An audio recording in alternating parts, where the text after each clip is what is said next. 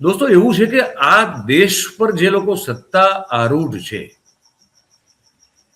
એ લોકો વાતો ભલે એમને કરી હોય કે 15 લાખ ખાતામાં આપી દેશું ને 2 કરોડ દર વર્ષે નોકરીઓ આપી દેશું ને ખેડૂતની આવક બમણી કરી દેશું ને 100 જેટલા સ્માર્ટ સિટી બનાવી દેવાના છીએ ને ધોલેરા સાંઘાઈથી 3 ગણું મોટું બનાવવાના છીએ ને આ બધી વાતો તો કરેલી છે, પણ મૂળ એમની જે પ્રેક્ટિકલ એપ્રોચ છે આ સત્તામાં બેઠેલા લોકોનો, એ તો મૂળ ધાર્મિક વિભાજનનો એપ્રોચ છે.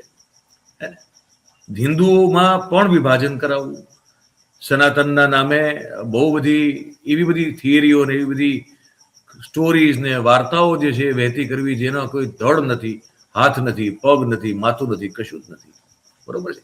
અને સનાતનના નામે તમે જોયું કે આપણે છેલ્લા કેટલા વરવાને વિકૃત દ્રશ્યો જોયા છેલ્લા આ 25મી ડિસેમ્બરથી લઈને આસપાસના ગાળામાં, એના આસપાસમાં આપણે ઉત્તરાખંડમાં કઈ રીતે એક આપણા જ નોર્થ ઇસ્ટના છોકરાની હત્યા થયેલી જોઈ, એટલા માટે કારણ કે એ ભારતીય જેવો દેખાતો નથી. ઉત્તર ભારતીયોની વ્યાખ્યા અથવા ઉત્તરાખંડના લોકોની વ્યાખ્યા મુજબ ભારતીય જેવો દેખાતો હતી, એને મારી નાખવામાં આવ્યો. ધર્મના નામે થતા ધતિંગો આપણે સતત જોઈ રહ્યા છીએ. સત્તામાં બેઠેલા લોકો એને એક હથિયાર તરીકે આપણી સામે વાપરી રહ્યા છે. એટલા માટે આ મુદ્દે ચર્ચા કરવી પડે એમ છે કે જે લોકો ધર્મનો આશરો લઈ